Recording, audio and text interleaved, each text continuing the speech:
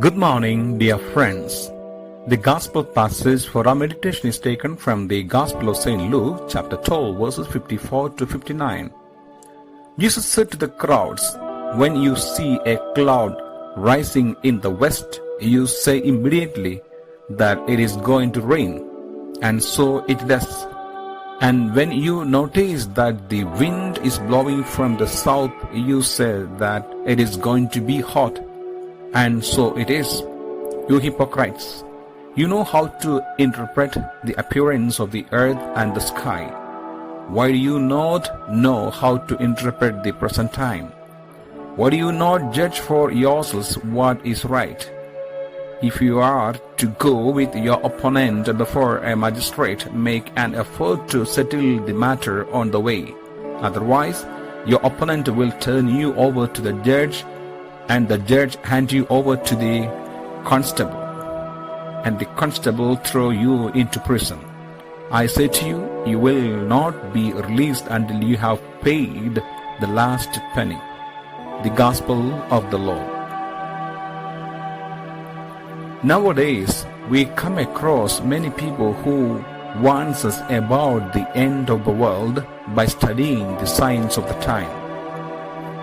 Though many are misled by the signs of present time, a true believer can make a right judgment by the grace and mercy of God.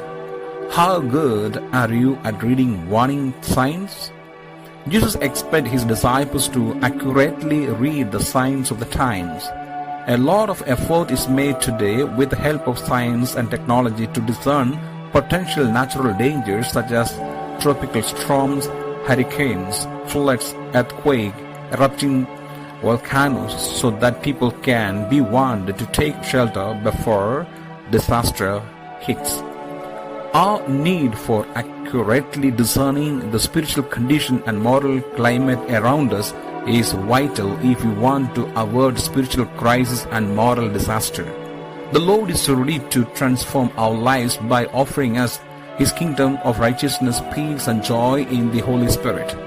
But we can miss it if we allow a permissive attitude that takes sin lightly or puts off repairing wrongdoings before it is too late to get reconciled with God.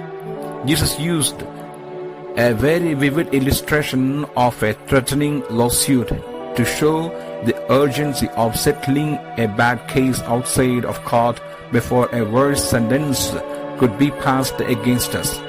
Why did the neighbor in Jesus' story make an effort to come to an agreement with his adversary before the matter was sent to the court for judgment? The accused knew that he had a bad case which would likely go against him in court. He quickly tried to come to an agreement with his adversary to avoid receiving a worse sentence of being thrown into prison and given a costly fine as well. We shall stand in need of God's mercy, grace, and protection.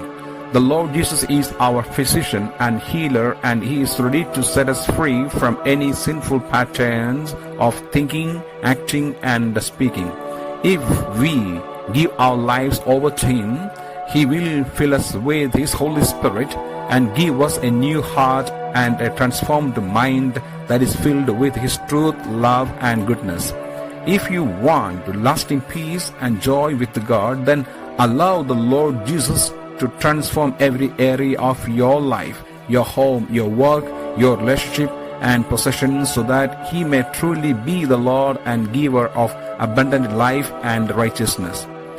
Are you ready to surrender all to Him and receive all from Him? May Almighty God bless us in the name of the Father, and of the Son, and of the Holy Spirit. Amen.